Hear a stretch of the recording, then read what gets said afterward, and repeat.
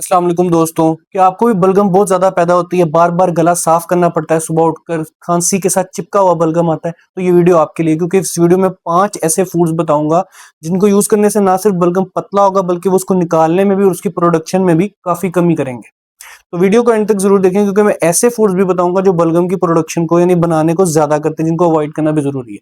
तो आइए वीडियो का आगाज करते हैं। तो पहले एक मिसअंडरस्टैंडिंग क्लियर कर लेते हैं कि बलगम क्या होता है। बलगम हर इंसान के जिस्म में बनता है और ये कोई बुरी चीज नहीं है। ये हमारे नाक, गला और चेस्ट को मॉइस्चराइज रखता है और बॉडी के नेचुरल डिफेंस सिस्टम में आता है। कैसे? ये जर्म्स, बैक्टीरिया, वायरसेस और एलर्जन जैसी चीजों को ट्रैप करता है और उन्हें चेस्ट तक जाने से रोकता है। तो मसला तब आता है जब ये ज्यादा बनने लग जाता है। जब भी कोई वायरस या बैक्टीरिया या कोई एलर्जन हमारे रेस्पिरेटरी ट्रैक यानी सांस के रास्ते में आता है, तो वहां पे धागों की तरह के सीलिया और म्यूकस यानी बलगम मौजूद होता है। ये उसको ट्रैप करता है। जब उसको ट्रैप करता है तो इम्यून सिस्टम को एक्टिवेट कर देता है। इम्यून सिस्टम एक्टिवेट करता है तो व्हाइट ब्लड सेल यानी मोनोसाइट, लिम्फोसाइट जैसे ये एक्टिवेट होते हैं, उस पर अटैक करते हैं और फिर बलगम ज्यादा से ज्यादा बनता है। तो इसीलिए ये बॉडी को प्रोटेक्ट करने के लिए ज्यादा बनता है, बॉडी के नेचुरल डिफेंस में आता है।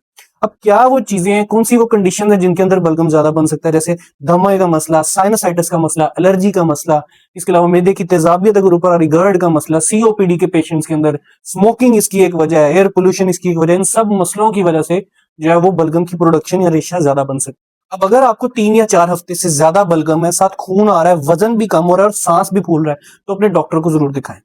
चलिए बात करते हैं उन 5 नेचुरल फूड्स की जो बलगम को नेचुरली कम करते हैं। सबसे पहले नंबर 1, लहसुन, जिसको हम गार्लिक कहते हैं। ये रेस्पिरेटरी हेल्थ के लिए बहुत मुफीद और फायदेमंद है। इसमें एंटी माइक्रोबियल प्रॉपर्टीज भी हैं जो बैक्टीरिया और फंगस के खिलाफ भी काम करती हैं। इसके अलावा काफी हद तक ये एक्सपेक्टोरेंट के तौर पे भी काम करता है। एक्सपेक्टोरेंट वो चीजें होती हैं जो बलगम की विस्कोसिटी को, गाढ़ेपन को कम करती हैं, उसे पतला करती हैं। उससे फिर क्या होता है, उसको आसानी से खांसी से फिर वो बलगम निकल जाता है बाहर। फिर सांस लेने में भी बेहतरी आ जाती है, सांस सही आता है, चेस्ट कंजेशन जो फील होती है वो भी बेहतर हो जाती है। तो इस सूरत हाल में ये लहसुन हम इस्तेमाल कर सकते हैं। और किन सूरत हाल में बलगम चेस्ट में बढ़ जाएगा? जैसे सर्दी जुकाम के मौसम में, ब्रोंकाइटिस में, निमोनिया में, इन कंडीशन में फेफड़ों में बलगम ज्यादा बनती है। तो इन सूरत हाल में, इस कंडीशन में हम वो यूज कर सकते हैं। इसको यूज कैसे करना है कि आप लहसुन को चॉप कर लें, उसमें फिर 1 चम्मच शहद मिला लें और नीम गर्म पानी के साथ आप उसको रोजाना इस्तेमाल कर सकते हैं। फिर दूसरी एक बड़ी जबरदस्त चीज है जिसको हम कहते हैं अदरक, जिंजर। ये नेचुरल डीकंजेस्टेंट भी है और एज अ एंटी हिस्टामिन भी काम करता है, यानी हिस्टामिन को भी ब्लॉक करता है। नेचुरल डीकंजेस्टेंट है तो ये एयरवे को ओपन करता है, सांस लेने में काफी इसकी वजह से बेहतरी आती है। इसके अलावा एलर्जी के सिम्टम्स को काफी इंप्रूव करता है, म्यूकस को क्लियर करने, बलगम को काफी पतला करता है, साइनसेस ओपन करता है। इसके अलावा सांस लेने में, ब्रीथिंग में काफी इंप्रूवमेंट देखी जाती है इसके इस्तेमाल के बाद। तो इसको कैसे इस्तेमाल करना है? अदरक का एक टुकड़ा लें, उसको 5-10 मिनट तक उबालें पानी में। उसके बाद उसमें शहद मिलाकर आप सुबह शाम इस्तेमाल कर सकते हैं। इसके अलावा अदरक की चाय, जिसको जिंजर टी बोलते हैं, वो भी इस्तेमाल कर सकते हैं। दोनों ही चीजें म्यूकस को पतला करने में यानी बलगम को पतला करने में मदद करती हैं। फिर बोन ब्रोथ यानी यखनी, ये भी बहुत फायदेमंद है बलगम को पतला करने में। कैसे? चिकन यखनी के अंदर एक अमाइनो एसिड पाया जाता है जिसको हम कहते हैं सिस्टीन। सिस्टीन नेचुरली म्यूकोलिटिक के तौर पे काम करती है, यानी बलगम को तोड़ता है, पतला करता है ताकि वो आसानी से निकले। इसी प्रिंसिपल पर एक मेडिसिन भी आती है जिसको हम एसिटाइल सिस्टीन कहते हैं, जो डॉक्टर लो रेस्पिरेटरी ट्रैक इन्फेक्शंस में, ब्रोंकाइटिस के अंदर या कोई भी कंडीशन जिनमें बलगम फेफड़ों में जमा हो रहा है उसके अंदर देते हैं। ये बलगम को पतला करती है और निकाल देती है। इसको इस्तेमाल कैसे करना है? सुबह शाम चिकन की अभी इसकी यखनी पी सकते हैं और उसमें काली मिर्च भी अपनी जरूरत के मुताबिक ऐड कर सकते हैं। यखनी ना सिर्फ गले को बेहतर सूथनिंग महसूस कराएगी बल्कि कंजेशन को, टाइटनेस को भी कम करवाएगी। चौथी चीज है पाइनएप्पल जूस, जिसके अंदर एक बड़ा पावरफुल एंजाइम पाया जाता है जिसको हम कहते हैं ब्रोमोलिन। ब्रोमोलिन एक नेचुरल एंटी इंफ्लेमेटरी है, यानी सोजिश कम करता है। इसके अलावा ये म्यूकस को भी पतला करने में इसका रोल है। तो ये साइनसिस को भी क्लियर करता है, उनकी इन्फ्लेमेशन को, एलर्जी को भी इंप्रूव करता है और बलगम को भी पतला करके निकालने में मदद करता है।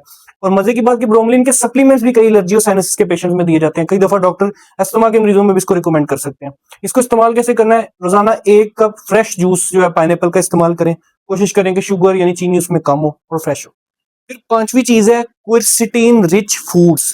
क्विरसिटीन एक नेचुरल फ्लेवोनॉइड है और इसे एक एंटी हिस्टामिन कहते हैं, एंटी हिस्टामिन के तौर पे नेचुरली एक्ट करता है। अब अगर आपका म्यूकस एलर्जी की वजह से बढ़ रहा हो तो ये उसको काफी कंट्रोल करेगा। तो आपकी डाइट के अंदर क्विरसिटीन रिच फूड जरूर होने चाहिए, जिनमें शामिल है सेब, प्याज, टमाटर, पालक, धनिया, बेरीज। ये सब आपकी खुराक में जरूर शामिल होने चाहिए क्योंकि नेचुरली म्यूकस की प्रोडक्शन को, उसके बनने को कम करते हैं। फिर सिर्फ अच्छी चीजें खाने से सब कुछ ठीक नहीं होता, कई दफा काफी चीजों को अवॉइड भी करना पड़ सकता है। अगर आप महसूस करें कुछ खास चीज खाने के बाद, कोई खास फूड के बाद आपको बलगम ज्यादा बन रही है, म्यूकस ज्यादा बन रहा है, तो उस चीज को जरूर अवॉइड करें। हो सकता है वो आपके हिस्टामिन को ट्रिगर कर रहा हो, हिस्टामिन रिलीज को, या फिर एसिड रिफ्लक्स को। जैसे कई चीजें इसमें आ सकती है, कैफीन आ सकती है, चॉकलेट आ सकती है, डेयरी प्रोडक्ट आ सकती है, दूध दही जैसी चीजें, फर्मेंटेड योगर्ट आ सकता है। इसके अलावा सिट्रस फ्रूट आ सकता है अगर एसिड रिफ्लक्स वजह है तो ये सारी चीजें जो है वो वजह बन सकती हैं ज्यादा बलगम की। तो आपने अवॉइड करना है अगर आपको महसूस हो कि कोई खास चीज खाने के बाद आपको अलामत आ रही हैं, क्योंकि हर मरीज में, हर इंसान में ट्रिगर्स जो हैं, जो वजह बनते हैं, वो डिफरेंट होते हैं, सब में एक जैसे नहीं होते। फिर कई दफा साथ कुछ आदतें भी अपनानी पड़ती हैं, जैसे रोजाना 2 से 3 लीटर पानी जरूर पिए, यानी अपनी हाइड्रेशन अच्छी रखें, क्योंकि अगर हाइड्रेशन अच्छी नहीं होगी तो म्यूकस गाढ़ा और चिपचिपा हो जाएगा, उसका निकलना उतना ही मुश्किल हो जाएगा। फिर स्टीम इनहेलेशन यानी भाप लेना भी जरूरी है, उससे क्या होगा, बलगम पतली होगी और आसानी से निकल जाएगी। और कई केसेस में फिर सेलाइन नेजल वॉशेस भी दिया जा सकते हैं अगर नाक का मसला भी साथ है। तो दोस्तों आज हमने बात की कि कैसे लहसुन का, अदरक का इस्तेमाल, पाइनएप्पल जूस का, क्विरसेटिन रिच फूड्स का, बोन ब्रोथ का, कैसे इनका इस्तेमाल नेचुरली हमारे एक्सेसिव म्यूकस की प्रोडक्शन को कम कर सकता है, बलगम को कम कर सकता है। तो ये थी आज की वीडियो। वीडियो पसंद आई तो लाइक, चैनल को सब्सक्राइब जरूर करें ताकि हम ऐसी अगली वीडियोस में मिलते रहें। अपना ख्याल रखें। Doctor Faizan Ahmed here. अल्लाह हाफिज।